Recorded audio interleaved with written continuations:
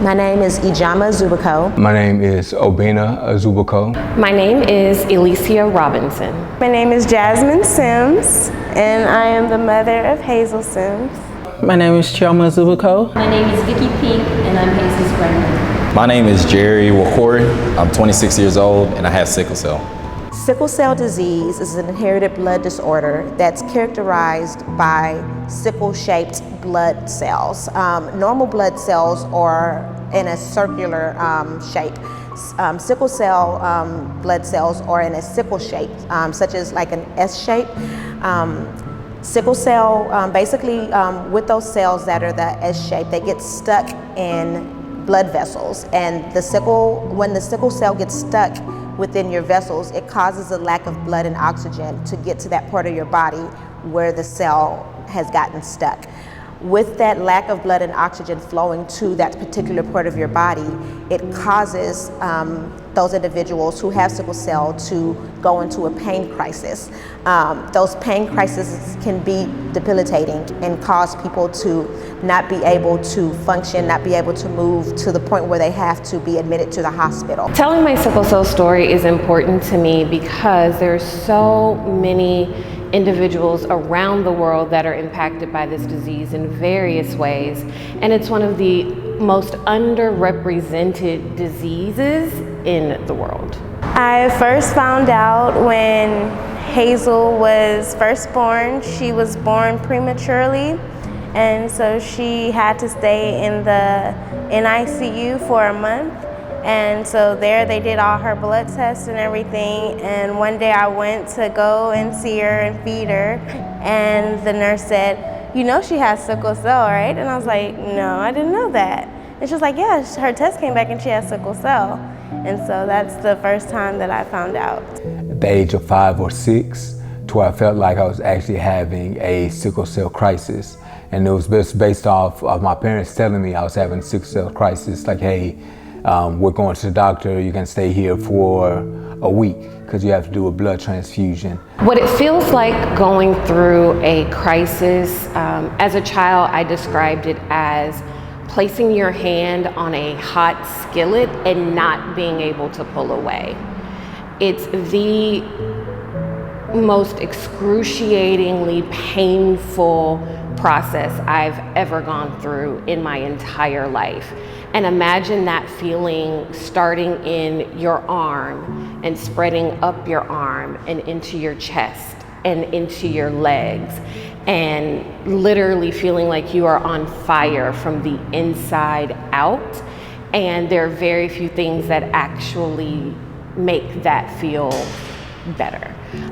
When I'm in the hospital, I think that I'm gonna have the sickle cell forever, but mommy tells me we're gonna always try to find a cure that's gonna help you, and that inspires me to get, when I get a new camera, to help every other kid that has sickle cell, so they can help other kids, like, so they could be inspired to help other kids. It could keep going around so people could make sickle cell stop. Because there are no physical symptoms, it forces me to try to go through life as if there's nothing wrong. Because I feel as though acting as if something is wrong is just going to make me look weak to other people.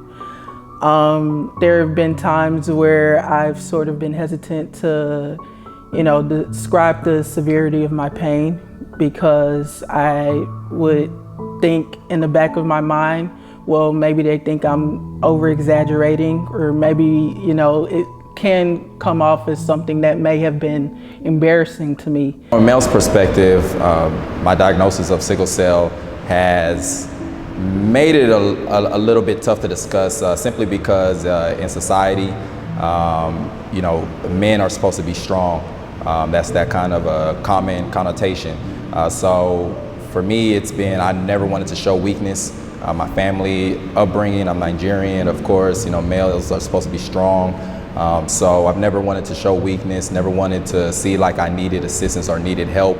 And I've always been able to always been trying to take care of myself. When they're actually in the hospital and she's missing work and she's missing school and the whole family is affected. I had my own sickle cell crisis, which was experiencing things like acute stroke, which in the past week. And now I'm starting to actually think about the things I should do going forward with me having sickle cell disease.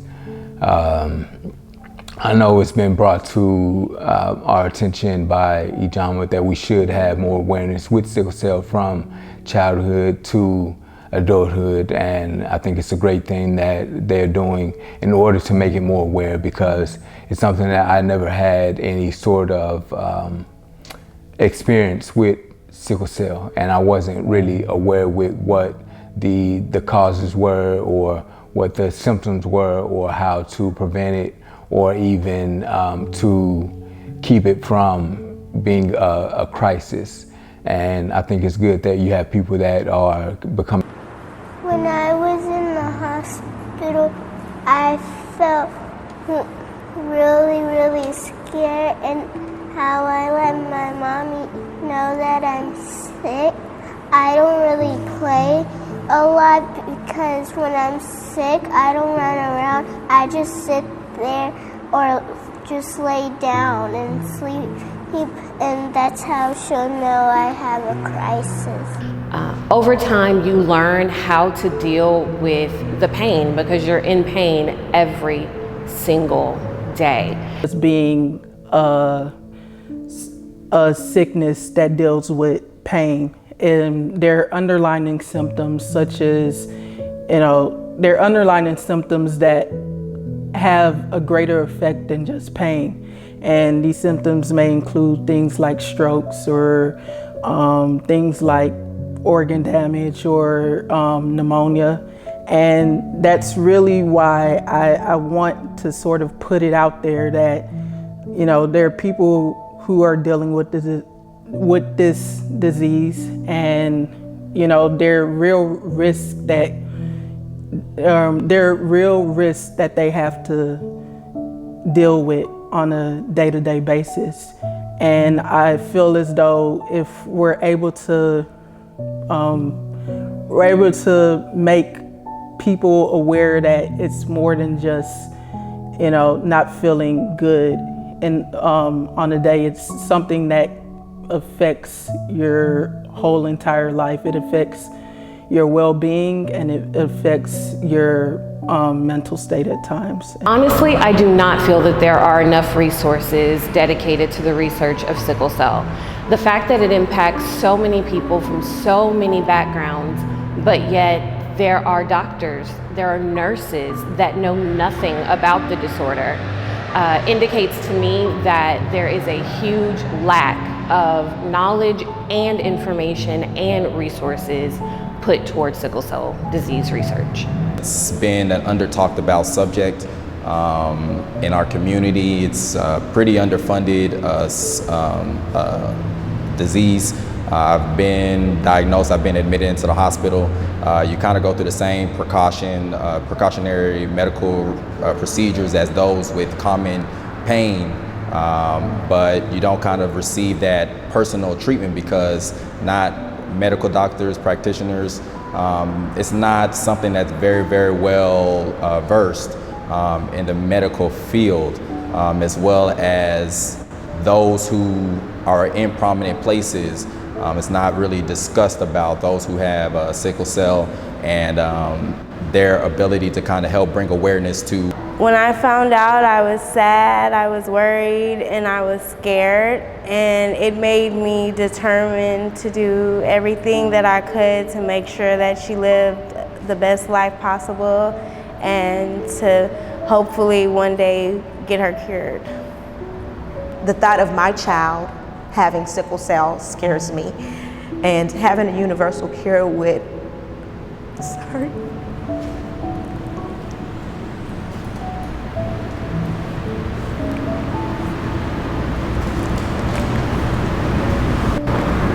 sorry.